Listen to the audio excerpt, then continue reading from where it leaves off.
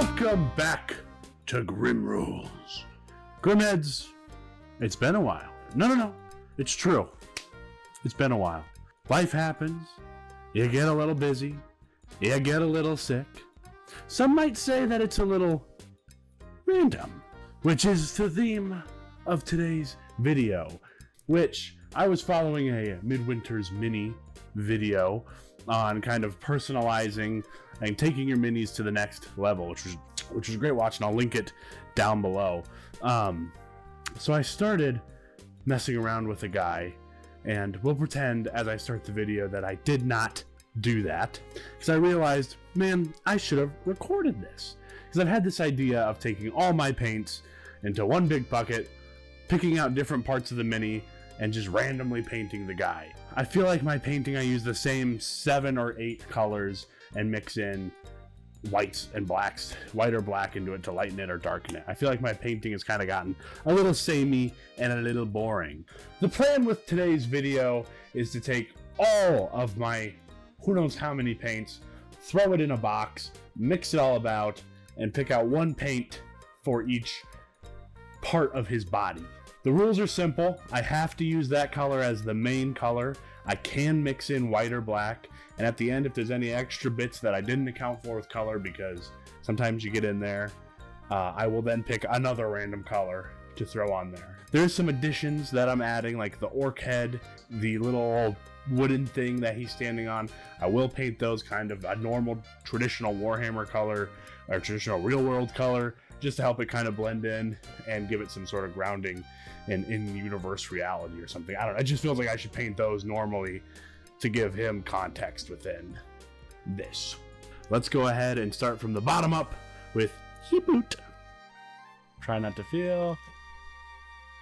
His boots are going to be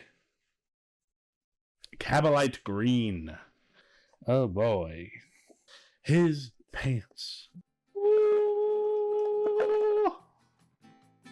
Well, I drew it, and I'm not going to go back on it. They're going to match, maybe a little too much. We got Aethermatic blue, which I'm not sure how this will look. We'll say chest plate looking thing. But not a Citadel paint. It's not. Oh, Red Team Red from the Halo Flashpoint Army Painter set. Next up, his shirt. Well, okay. We have Emperor's Children. He's gonna be a very colorful boy. Next up, let's go with his gloves. Ooh, one of my favorite new colors. Mint green from AK. Let's jump to any tubing and piping. He's got a lot of tubing and piping. Paint gods, give me a dark color. Well, bismuth yellow. This thing is about as bright a yellow as you can get. Next up, let's go with backpack, air pack. Okay. We have a color I don't think I've ever even used yet. Nagaroth Night. Before we jump to metallics, let's go ahead and do his helmet. Helmet and face mask, just to limit the colors. This is a very gorgeous color, Succubus Kiss, which should hopefully create some contrast to his face and make him look interesting. Last up in our non-metallic paints, we are gonna do his Force Field Blue from Army Painter's Game Master line. Starting out with the gun color. Oh, that's too boring. I get one mulligan. It's Balthasar Gold. Boring. We get not much different. Dragon Bronze. Next up is his Aquila and various embellishments. Ooh, metallic blue, which I already forgot what. I'm gonna have to watch the video back. I forgot what the base color for his chest plate and stuff is. So this might not pop at all, but that's part of the fun. Haha. And then various accents throughout. Okay. Filigree silver. a silver. Can't beat it. I feel like silver is going to work better than the gold will. And last but not least, a unifying wash. He's going to be rusty. Sure, I guess. Let's base up and prime up this little Death Korps of Krieg killer.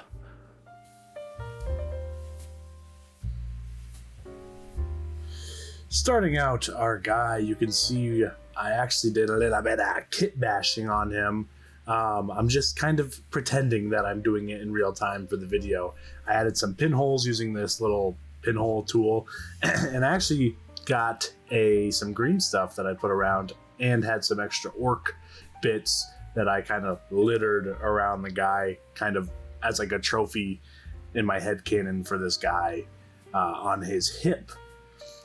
I want this guy to be a gritty kind of in the war. Krieg's guys feels like they're in the mud, they're in the dirt, which is where this technical paint comes in. And actually, if you water it down, like the Midwinter's Mini video that inspired me here, it'll go on more like a wash, and when it dries, the thicker parts of it will crust up and kind of give like this really gritty, like he's been in the war kind of effect. You can see what it looks like here when it dries. It's super cool. It's a super cool effect when you prime it. You get to paint right over it, and it has built-in kind of grit and texture, which is really cool. And there you go. There's one guy with a little bit of a custom work job on it, with a custom style, a custom flair on him, in pretty much little no time. And I got to try out some green stuff, a little drill bit, and weathering effects. And next time I do this, I will record from the clean mini to when I put the stuff on. Now that I've started doing it, I'm addicted to it. It's fun, and it's a really exciting feeling to know that there's, outside of just painting the guy, the stuff on him, and maybe even in the future posing and stuff is uniquely him. With all that being said, let's get into actually painting this guy. This is a real back to basics moment for me, as with this guy, I'm actually starting from the bottom and just working my way up with this Cabalite green. Usually, lately, I actually haven't been doing that. I've just kind of picking stuff that I want to paint at random and just kind of going for it. When I first started painting, I always worked from the bottom up. No idea why I did it that way. That's just the way that made sense with me. And really, I'm loving the fact that I get to use these bright fluorescent colors like Cabalite green and Aethermatic blue on the lower half of his body, because I'm going for a gritty, in the field, in the middle of the war guy. So that nothing screams that more than bright fluorescent blues on him. Since I don't have a wash to kind of bail me out, usually I start with base colors that are like just the pure color, and then I work up to highlights, and then just let kind of the wash go in the recesses. With this one, as you can see with this red team red, I'm actually going to mix black first and kind of put it in like a dark red layer. That's kind of like the deep, kind of mimicking what a wash would be, and you can kind of see here what it looks like. It looks not super great with the fluorescent blues, but trust me, it's gonna pop. In this moment, I am a little panicked and about to scrap the video idea and give up, but we power through, we soldier on, just like this guy is doing in this battle. I will say, out of all the paints I used in this, the Army Painter paint, something about it, and maybe I'm just doing it wrong. And nice, this is a beautiful shot here, super out of focus, great cinematography. I'm getting a shoulder pad here. Is always really chalky, and if I thin it out too much, then it doesn't really want to work, and I feel like I'm always fighting the Army Painter paints. And then same thing a little bit with the Citadel paint. So you can see here I have the Emperor's Children that I did the same thing. I'm just mixing it with a little bit of black, darkening down that color. And actually, Emperor's Children makes kind of a really cool, I don't even know, a purpley, fuchsia be the right word here. I should know that. I am a graphic designer. But it's a really pretty color if you want kind of something a little more muted purple kind of color. It's really cool. But they're kind of chalky, and you can see I'm kind of fighting against it. I mix plenty of water, I think, within this, or maybe I do too much. I don't know. They just feel like I'm always kind of fighting it throughout when I paint with these guys. specifically the Army Painter, and a little bit of the Citadel range here and there. Same idea. You can see I'm just putting down the base coats here. I'm not highlighting, not adding any shadows or mixing anything. I'm just taking the base color and getting it on each section of the body, which usually is not how I paint. When I paint, I spend a lot of time on one part. So for example, if I was doing his gloves here, I would do the gloves, highlight them up, and get them looking really nice, and then move on to the next thing, which has its pros and cons. You get that kind of instant gratification, but then if you accidentally paint over, like I do all the time, then you have to kind of go back and find that color or cover it up, or just end up repainting the whole thing anyway. So it has its pros and cons. With this one, I'm kind of forced, which is really nice with this challenge if you're feeling kind of stuck or you don't paint right, how professionals paint. It really forced me to kind of take this one block at a time and kind of get all the base coats on there, which made me panic a little bit because I did think it looked really bad here. It kind of looks like a crayon box or something. I don't know. It looks rough, and you'll see that here. Also, this purple, this Nagaroth purple, is a really pretty purple. I don't even know when I got it, or when I got it, or whatever, but I really lucked out with these random colors. There's actually a lot of cool colors. There's blues, pinks, purples. The red and the yellow are definitely out from left field, but I think they were needed, and they help kind of give some bright spots to focus on. I actually don't mind the yellow on it. I used it pretty sparingly, just to kind of make certain elements pop. These Master Series paints, this Succubus Kiss, oh my gosh, after using the Army Painter and Citadel paints and all that, it was like a dream. And then we have to jump right into Army Painter's Game Master line, which isn't the worst paint. There's actually a lot of colors I really like within the few Game Master paints I have. I just wish that they were, I don't know, not as chalky. I'd get them on the wet palette and it feels like they almost dry immediately when I put it on the brush. But another lucky color here. This actually looks really cool once we get it all highlighted up and cleaned up, as you'll see. After I got all the base coats on here, you can see I'm coming back now, and I just am putting back in, if I added black to it, I'm just using the base color. So I went from the main color with a little bit of black, then I put just the main color on top of it as like almost a highlight, but it's actually the base, because the darker color acts as the shadow.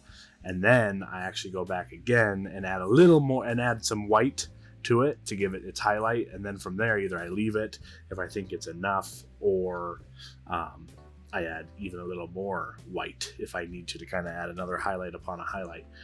But you can see here, this is just pure red team red that I'm adding on. And I kind of was breathing a sigh of relief here because it was starting to come together. It looks really, really sharp. You can kind of see I'm kind of stippling it on.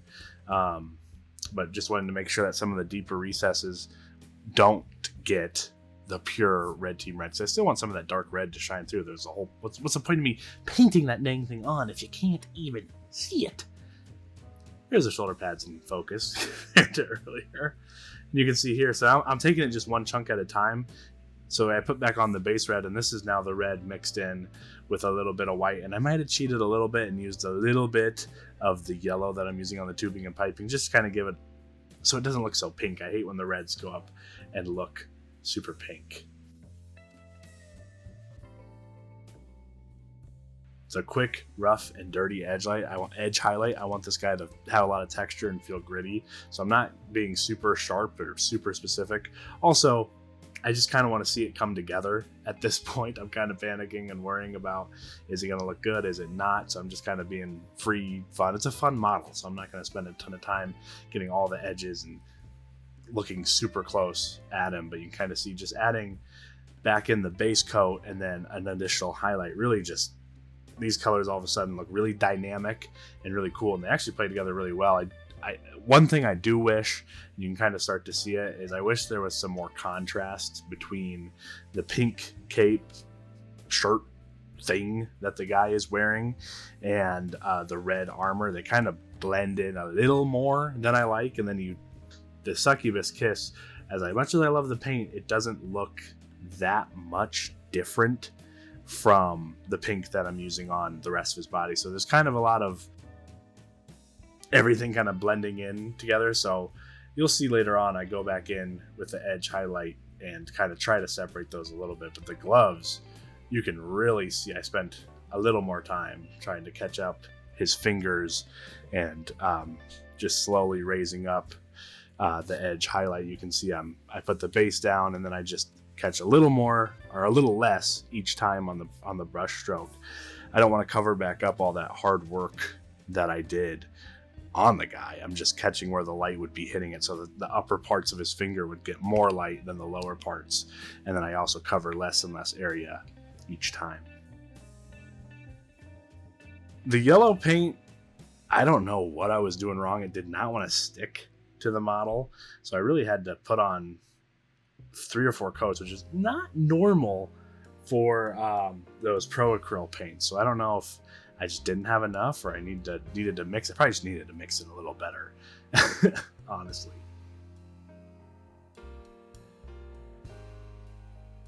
So from here you can kind of see everything starting to kind of sing together. I do wish I went back, especially if these, I do really like this Game Master blue that's on the grenades and stuff, but it looks a little boring, you know what I'm saying?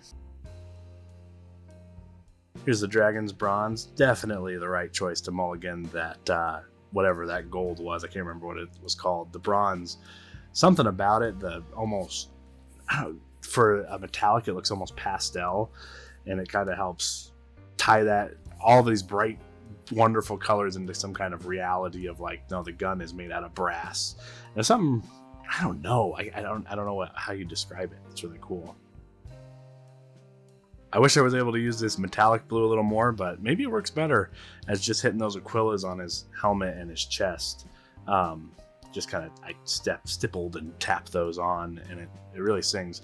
I also did go back. I didn't catch it on camera. I went back and got his eyes with that metallic blue too. I felt like that was a nice contrast with everything going on. I'm going really quick here.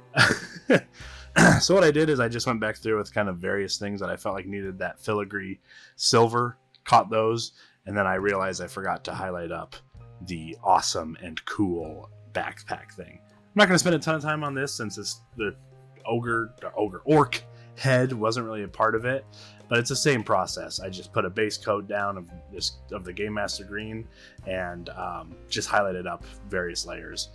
And this, if you want kind of dirty teeth, this sepia tone from Citadel, look at that. It's perfect. It looks so cool. Same thing here. I'm not going to spend a ton of time on the ground. I just kind of went back with some brown paint, highlighted up with various yellows and tans and whites to kind of make it look like it was muddy, dirty, gritty, and then dry brushed on a little bit of yellowish, whitish all over the guy, the base. Here's the enamel wash. With the enamel wash, I put it in a different little, jar.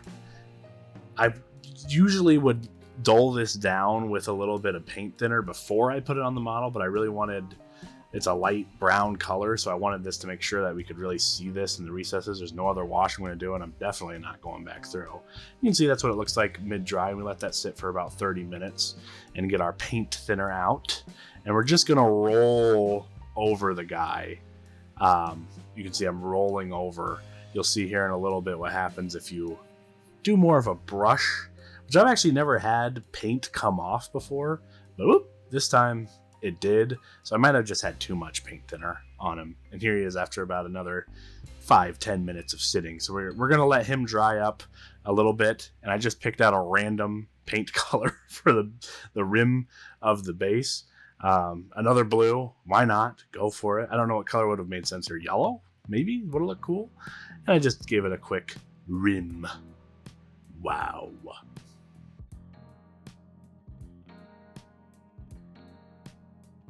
After I applied the wash, I felt like everything was feeling a little, like I said earlier, just kind of blending into each other. So I did take the time to go through and just kind of edge highlight specifically his chest piece and his like shirt cape thing, just to kind of give some clear distinction of shapes and everything. And I think it makes a world of difference. It was kind of looking flat before, and I got to try this cool little L brush thing that works pretty well for edge highlighting, which was really fun to do, as I felt like I had a lot more control on the edges. But you can see adding that edge highlight really adds a lot of differentiation between all these different pieces that were starting to blend together after the wash. You can kind of see now I can really tell these different shapes and forms. And there you go, one random little Krieg guy all done. Honestly, it turned out better than I thought. I was a little worried at the beginning I might have to scrap this video, but I think he turned out pretty great and even cohesive. The rust wash was not that bad. It tied everything together. I probably would have liked a darker wash, a Nuln Oil or something like that. But all in all, not too bad. The only thing I would probably switch would be his helmet. I would match that kind of blue that's going on with the pants and gloves and whatnot, some kind of cooler color up there just to kind of tie it all in. But really, it turned out pretty great. With that being said, let's look at a review.